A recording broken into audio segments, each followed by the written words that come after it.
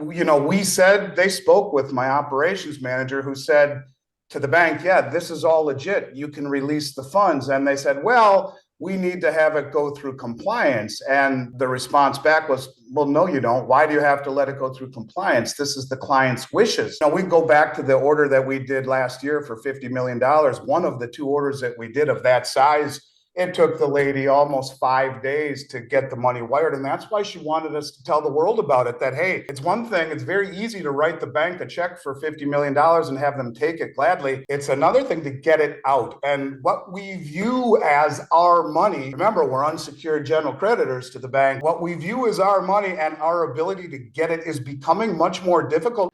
Late last year, we brought you a video of popular bullion dealer and precious metals analyst Andy Schectman raising the alarm about U.S. banks discouraging depositors from investing in precious metals like gold and silver. In the video, Andy explained that a bank had contacted his company to confirm if the firm was really a certified bullion dealer on behalf of one of their customers who wanted to make significant purchases from Miles Franklin. The customer had reportedly tried to wire about $50 million to Miles Franklin for purchases, but the bank tried everything to stop the transaction. According to the Miles Franklin president, the bank issued a fraud alert because the wire transfer was going to a bullion dealer. Andy further warned that banks were also outrightly asking customers if they were certain that investing in precious metals was safe. In that interview, Andy also warned that that was the beginning of a nasty can of worms about to descend on people who still had large bank deposits in and out of the United States. Unfortunately, these premonitions are coming true even faster than Andy imagined.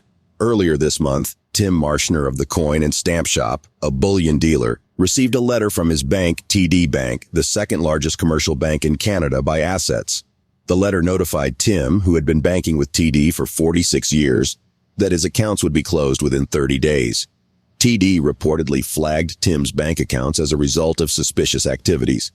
However, Tim explains that the suspicious activities include being a bullion dealer and making frequent cash deposits. Apparently, such businesses as Tim's do not conform to modern banking rules, which certainly heavily frown on cash deposits and investing in tangible assets like gold and silver instead of state-sanctioned assets like bonds that keep investors trapped in the system. As a result, Tim was canceled by his bank without any explanation, just a few pitiful lines on a piece of paper. We will now bring you some clips from Tim's video with Yankee stacking as he delves into why the banking industry is targeting bullion dealers and how this is all just a precursor to central bank digital currencies. Please watch, share, and like this video, subscribe to the channel, and turn on the notifications so you get instantly notified when we upload a video. Thanks and enjoy. I deposited a lot of cash. I mean, sometimes very large amounts of cash. And in a world that we don't know anything about, that collusion between the banking community and the government, they have things called suspicious activity reports.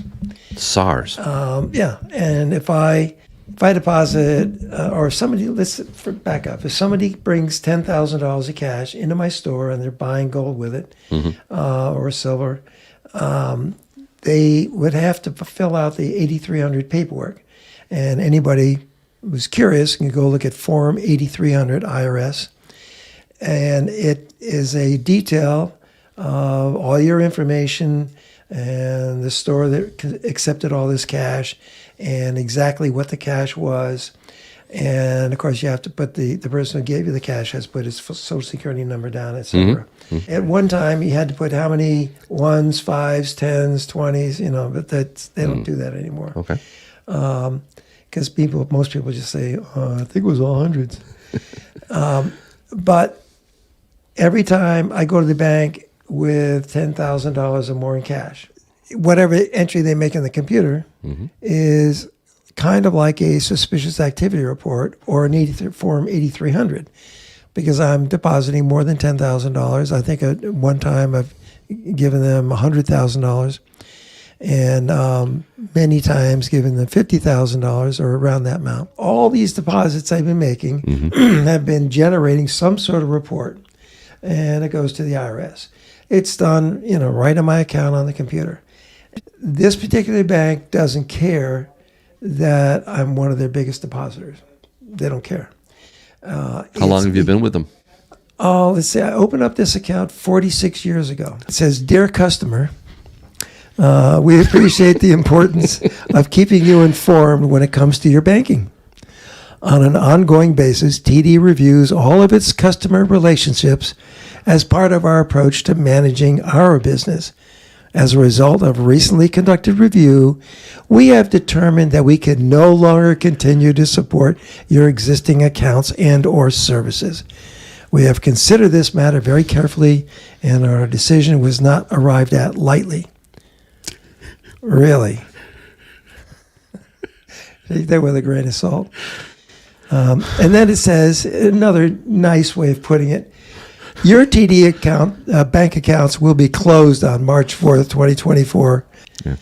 And it says here, "For information about our right to close accounts at our discretion, please refer you to your TD bank account business deposit account agreements." Ooh. And I just looked at them, and it says, You checked it out? yeah, because it says, "For information about our right to close these accounts at our discretion," blah, blah. So I went there, and basically it says, "We reserve the right to close accounts at our discretion." That was a good explanation. And the reason we know that is because the Secretary of the Treasury, when quizzed on why did you choose $600 to open up everybody's account to the IRS, we chose $600 to catch those high income tax cheats. Okay? So if you have $600 in your account, according to Janet Yellen, you are a high income tax cheat. But they are single-minded. All they see is the number of reports, relating to how much cash I was depositing. Mm-hmm. So I must be a criminal. Anybody who deposits that kind of cash must be a criminal. During the interview, Tim explained that before the complete closure of his accounts with TD, he had been getting some unwarranted harassment from the bank, especially when he deposited large amounts. The harassment was in addition to hefty deposit fees monthly. Between June and August last year, Tim paid a minimum of $1,650 and a maximum of $1,725 as a penalty for depositing cash. The penalty, of course, significantly ate into his profits. It should be noted that TD was quick to freeze accounts belonging to members of the Freedom Convoy in 2022. The bank froze 2 personal bank accounts that had over $1 million paid into them in support of the protesting truckers. So the bank is not new to censorship and harassment. Let's get back to the video. Well, Canada is well on the way to a digital currency. If you have a vacation in Montreal, I suspect you won't be able to spend cash anywhere.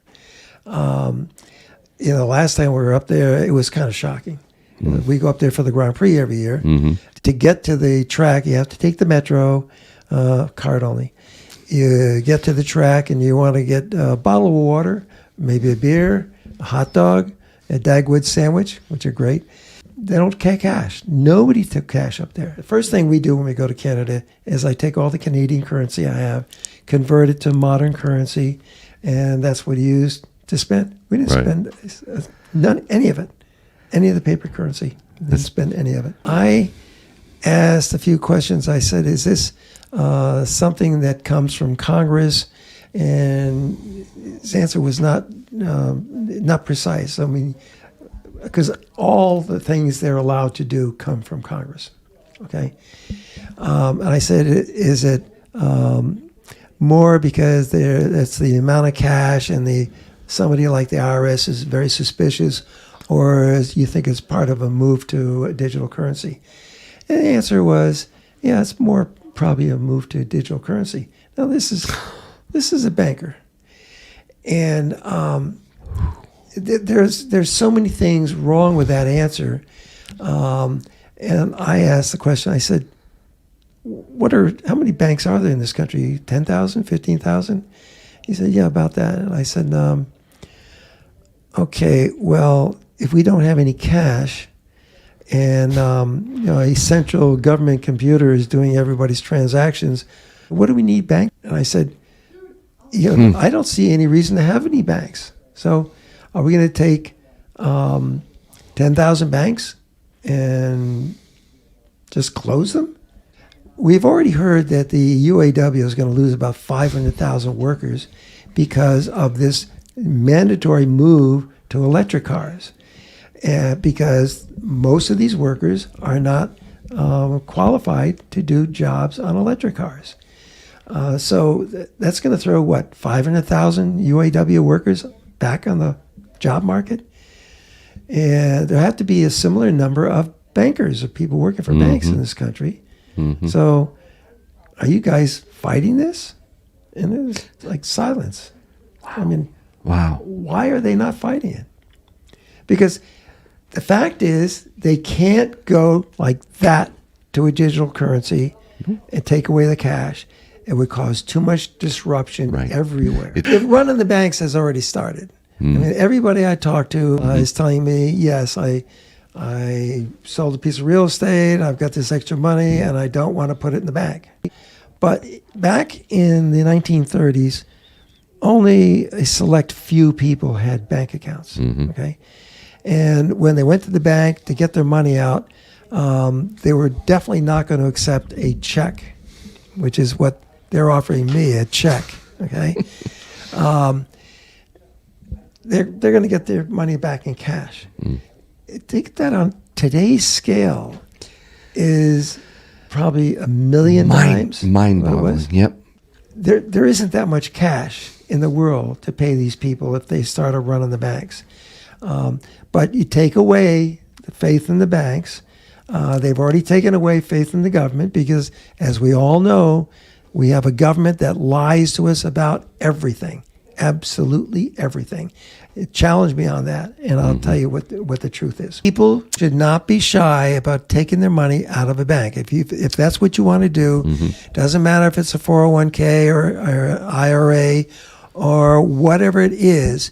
If you want your money out of the bank, go to the bank and tell them. You can say, I want cash, and I want it as soon as I can get it, because I'm not sure your bank's going to be here tomorrow. At this stage, one must ask why banks are trying to stop people from investing in precious metals when they will not try to do the same with an S&P index fund or a mutual fund.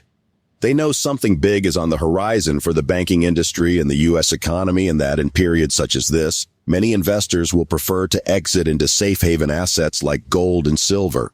There are going to be many more restrictions placed against investors who want to divert some funds into gold and silver. Before that happens, you need to ensure your funds are sufficiently protected and you are not at the mercy of the collapsing banking industry. Please share your thoughts in the comments section below. Also, ensure you like this video, subscribe to the channel, and turn on post notifications for more videos like this. Thanks for watching.